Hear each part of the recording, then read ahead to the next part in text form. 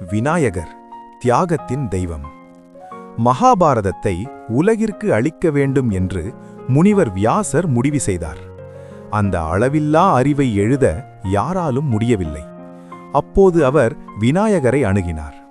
விநாயகர் சொன்னார், நான் இடைவிடாது எழுதுவேன். நீங்கள் இடையராது தெளிவாக சொல்ல வேண்டும். எழுத்து தொடங்கியது. ஒரு நேரத்தில் விநாயகரின் எழுதுகோல் உடைந்தது.